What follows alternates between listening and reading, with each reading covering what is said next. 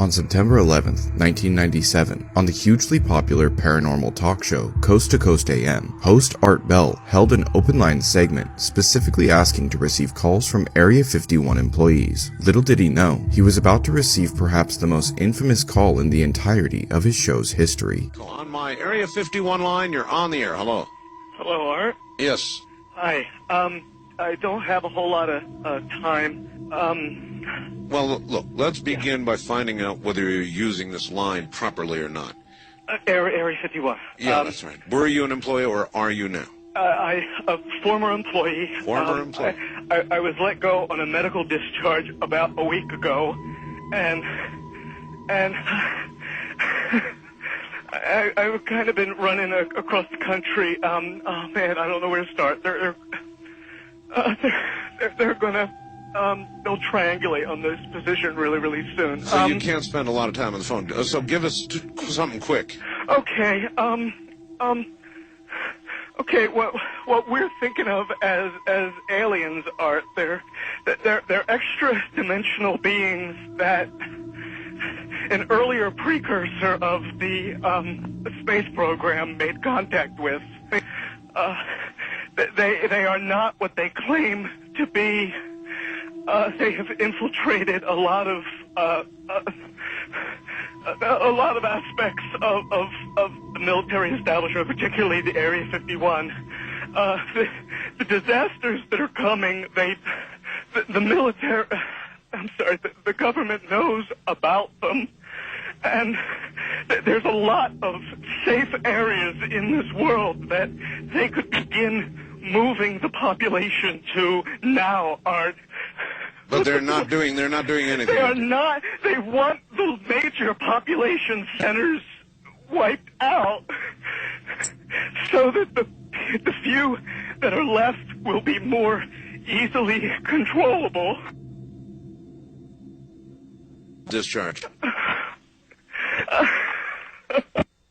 As you can hear, the audio begins to cut out as Art was asking something about the caller's medical discharge, and seconds later, something incredible happens. Nationwide, the signal to the radio show vanished, as audiences heard dead air or backup local programs kicking in on their radios. Art Bell and crew presumably rushed behind the scenes to figure out what happened to the signal, before returning moments later with some ominous news. Halfway through the frantic call, the studio suffered a catastrophic satellite signal failure, a rare occurrence that the show had never experienced before, the signal loss seeming even more sinister after the caller mentioned that they would be triangulating his call any minute. Well, this was certainly interesting. We are now on a backup system, everybody. A backup system. And that one caller that I had on the air, I guess we were about in the middle of his transmission, his telephone call, which was one of the strangest ones I've ever had, and the entire transmitting system by satellite went down here, and we were notified we were off the air, and it would appear to be from this end, and some sort of massive transmit failure, so we are now using a backup system to be on the air, and not that I would normally believe this kind of thing, mind you, but I can't help but wonder if somebody zapped us in some way. We'll find out. Oh, well, what happened is the transmitter here blew its cookies in some way. Something knocked us off the air, and we're on a backup system now. And how far into the conversation was it when it went off? Just a couple, about 15, 20 seconds, I'd say. Oh, you guys missed. You really missed a call then, and I've got a feeling somebody didn't want you to hear it. Yeah. According to Art Bell himself, something knocked the signal off the air, and he felt as though someone didn't want anyone hearing what the caller had to say, whether it was a prank call or not.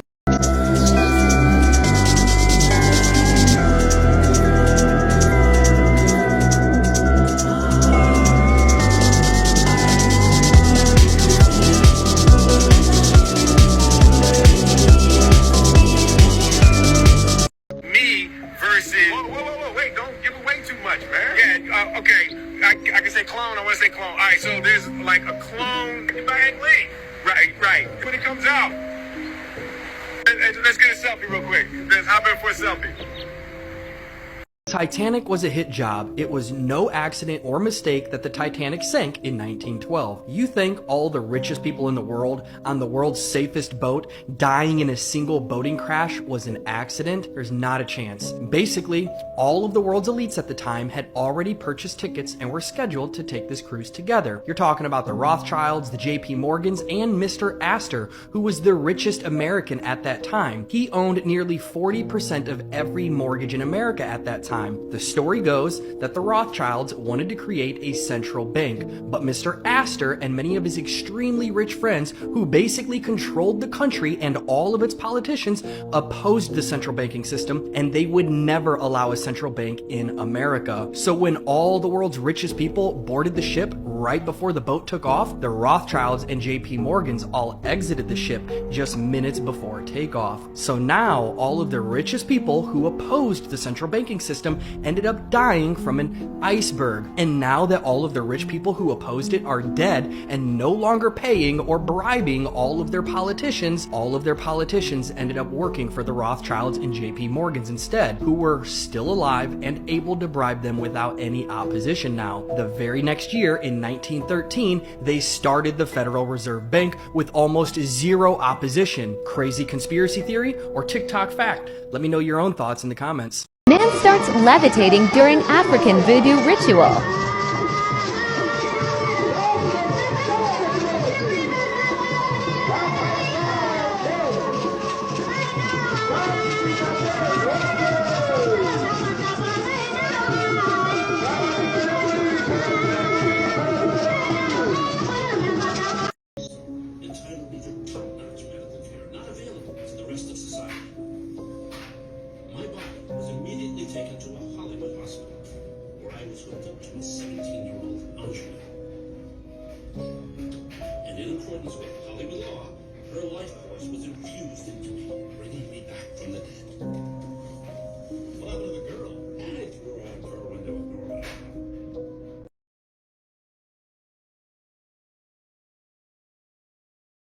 What are you blowing the whistle on? That there are technologies at the South Pole Station that people can't even consider that exist on this planet. Like what?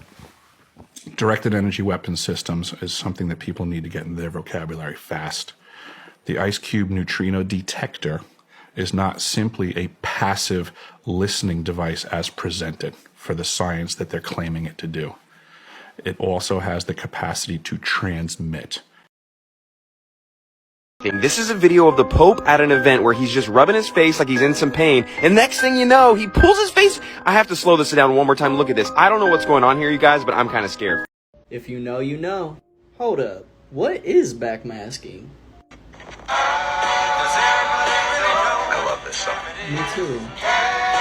I command you in the name of Lucifer to spread the blood of the innocent. So, hidden messages in songs that are revealed when you play them backwards?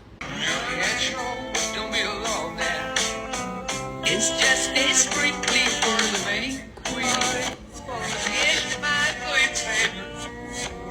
There was a little time when Yankees that first hour and say, you can't throw in your sense and stick. I'm not sure I heard that correctly. Your stairway lies on the whispering wind. Forward it says, and your stairway lies on the whispering wind. Backwards it says, cause I live with Satan. Listen carefully. There's no way.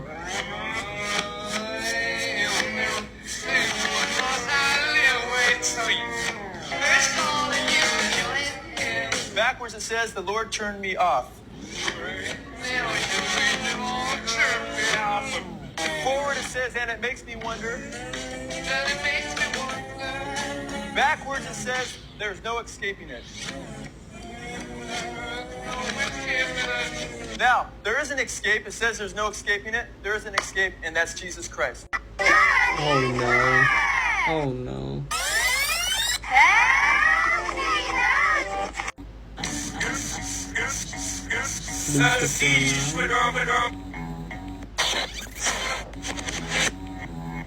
Murder, Jesus.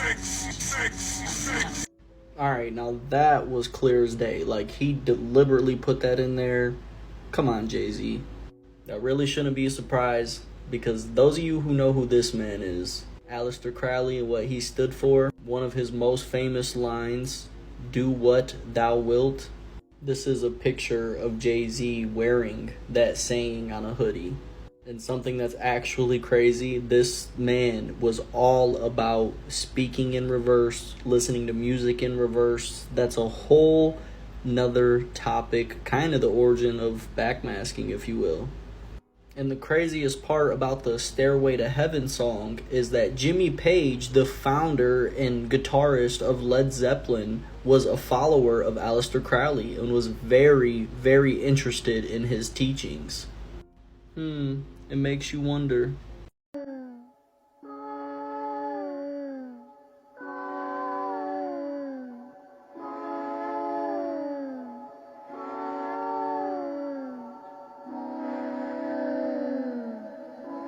Jim Carrey was trying to expose the secrets of the government and the Illuminati, but we weren't listening to him? You need to see this. So Jim Carrey went on the Jimmy Kimmel Live show several years ago to promote a movie, and during his entrance, he just kept flashing the symbol of the Illuminati to everyone. He didn't even let Jimmy ask one question about his movie. He spent his whole time trying to wake people up and just expose and talk about the government. The producers had no idea he was gonna do this. Have you, oh, like you don't know what it is. I have no idea. Oh, you don't know. Jimmy Fallon doesn't know. David Letterman doesn't know. I'm here tonight to blow the lid off it, to be the whistleblower. For years now, talk show hosts, people on television, people in sitcoms have been hired by the government to throw you off the track, to distract you, to make you laugh and stuff like that, make you happy and docile so you don't know what's really going on. The producers had no clue he was going to do that, and it sounded like people were laughing during the interview, but everyone who went to the live taping exposed that no one was laughing. It was completely silent, and they just edited laugh tracks over it, which makes it so much creepier. People are worried for his health and safety now after putting himself on the line like this, and the weird fact that he's had less jobs recently, and now he's suddenly choosing to retire. Well, I'm retiring, and this is something you might never hear another celebrity say. I have enough.